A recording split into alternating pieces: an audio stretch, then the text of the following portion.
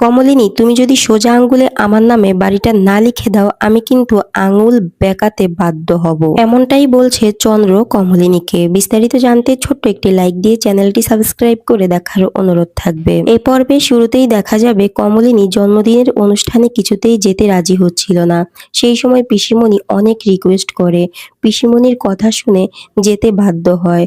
কমলিনী যখন জন্মদিনের অনুষ্ঠানে যাচ্ছে, আর তখনই সেখানে কমলিনীকে গান গেয়ে সবাই বরণ করে নিচ্ছে। নতুন নিজে এসে কমলিনীর হাত ধরে জন্মদিনের কেকের কাছে নিয়ে আসে। সবাই দেখে ভীষণ খুশি হয়ে যায়। নতুন নিজে গান গাইছে আর নতুনের সঙ্গে বাবিল, মিঠি সবাই গলা মেলাচ্ছে। আর সেই সময় চন্দ্র সেখানে চলে আসে। চন্দ্র এসে বলে, কমলিনী শুভ জন্মদিন। কমলিনী বলে, তুমি এখানে কি করছো? আমি তোমার চেহারাও দেখতে চাই না, এখান থেকে এক্ষুনি চলে যাও। চন্দ্র বলে, কেন?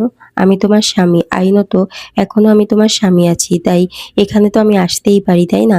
কমলিনী বলে, না, তুমি এখানে আসতে পারো না। আর ওই সম্পর্কটা যেন না থাকে, সেটার জন্যই কাল থেকে আমি সমস্ত ব্যবস্থা করব।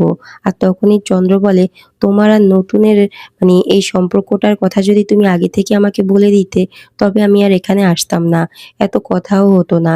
আর তখনই কমলিনী বলে, মানে তুমি কি বলতে চাইছো, কি ইঙ্গিত করতে চাইছো? এদিকে সবাই মিলে বলছে, প্লিজ আজকের এই জন্মদিনের অনুষ্ঠানটা তুমি এভাবে ব্যাঘাত ঘটিও না। অন্তত আজকের দিনটা তুমি ছেড়ে দাও আমার মেয়েটাকে, এক্ষুনি এখান থেকে চলে যাও।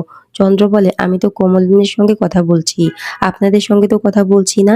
আর তখনই নতুন বলে, তোকে এখানে ইনভাইট করা হয়নি, তাই তুই এখানে কেন এসেছিস সেটাই বুঝতে পারছি না। আর তুই আমার আর বৌঠানের সম্পর্ক নিয়ে আঙুল তুলছিস? শোন, আমাদের সম্পর্ক নিয়ে আঙুল তোলার আগে না, তোর জীবনে যেসব ক্রাইসিস গুলো চলছে না, তুই আগে সেই সব ক্রাইসিস গুলো সমাধান কর, তারপর না হয় আমাদের সম্পর্কটা নিয়ে কথা বলতে আসবি।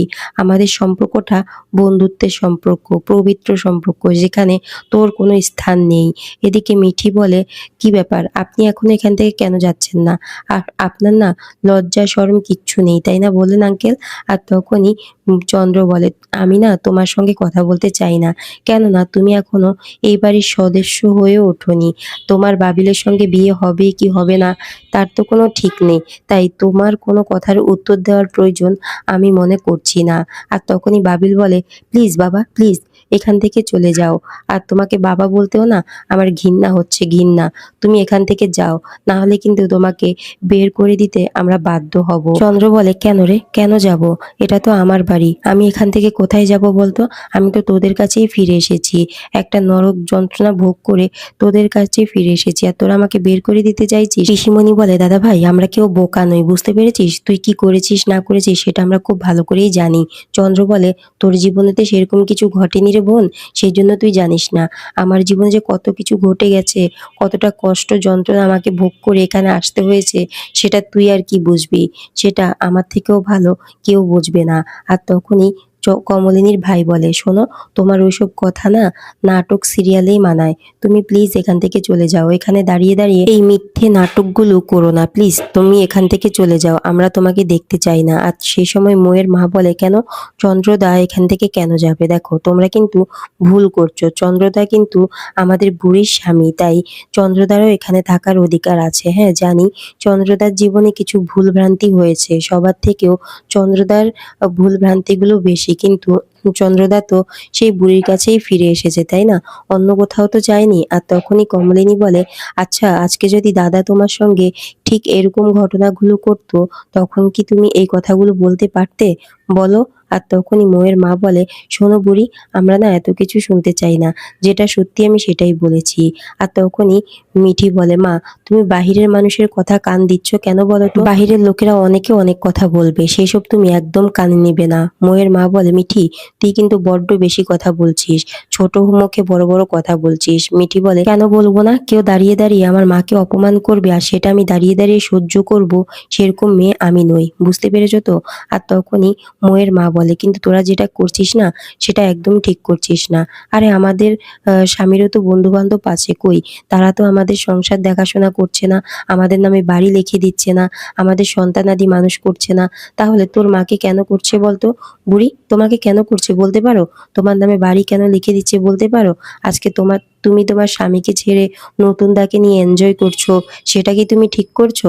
আর এই কথাগুলো শুনে চমকে ওঠে সবাই আর বলে, তুমি এসব কি বলতে চাইছো? আর তখনই ময়ের মা বলে, যা বলছি একদম ঠিক বলছি। বাইরের লোকেরা তো কানাঘষা করে, সেসব তো আমাকে শুনতে হয়, তাই না? কেননা আমিও তো বুড়ির বৌদি হই, তাই ওই কথাগুলো আমার কানে আসে, যেগুলো আপনারা শুনেও কান বন্ধ করে থাকেন। কিন্তু আমি তো আর কান বন্ধ করে থাকতে পারি না মা, যেটা সত্যি সেটা তো আমাকে বলতেই হবে। বুড়ি যেটা করছে সেটা চন্দ্রদার সঙ্গে অন্যায় করছে। আমরা স্বামী স্ত্রীর সম্পর্কতে বিশ্বাস করি, কিন্তু বুড়ি এটা কি করছে? বুড়ি যেটা করছে না, সেটাকে অন্য কিছু বলে। আর তখনই মিটি বলে, কি বলে মামি বলো, চুপ করে আছো কেন? তোমাকে উত্তর দিতেই হবে। আর তখনই পিসিমণি বলে, হ্যাঁ বলো না, কি বলে? আর তখনই কমলিনী এসে বলে, তোমরা সবাই ছাড়ো, প্রশ্নটা যেহেতু আমাকে নিয়ে, কথাটা যেহেতু আমাকে নিয়ে, উত্তরটা আমাকেই দিতে হবে। বলো, তুমি উত্তরটা আমাকে দাও। কি কি বলে লোকে? আর তখনই মৌয়ের মা বলে, আমি কথাগুলো এখানে বলতে চাই না। কমলিনী বলে, তুমি যখন কথাগুলো তুলেছো, কথাগুলো তো তোমাকে বলতেই হবে। বলো কি বলে? আর তখনই মৌয়ের মা বলে, রক্ষিতা বলে, তুমি স্বতন্ত্রবাবুর রক্ষিতা। এই কথা শুনে চমকে ওঠে আর প্রচন্ড কান্নায় ভেঙে পড়ে কমলিনী। আর তখনই নতুন এসে বলে, তোমার এত বড় সাহস হয় কি করে? তুমি কমলিনীকে এসব কথা বলছো? মৌয়ের মা বলে, তাই নাকি?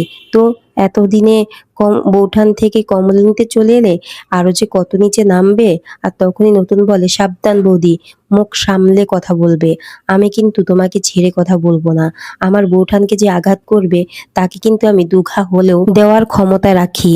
মৌয়ের মা বলে, আমি তো আমার কথা বলিনি, এইসব বাহিরের লোকেরা কানা ঘষা করে। তোমরা যদি তোমাদের এই সম্পর্কটা চালিয়ে যাও, এইভাবেই রেখে দাও, তাহলে বাহিরের মানুষ না আরো বেশি কথা বলবে। ময়ের বাবা বলে, তোমার এত বড় সাহস হয় কি করে? হ্যাঁ, আমার বুড়িকে তুমি এভাবে অপমান করছো?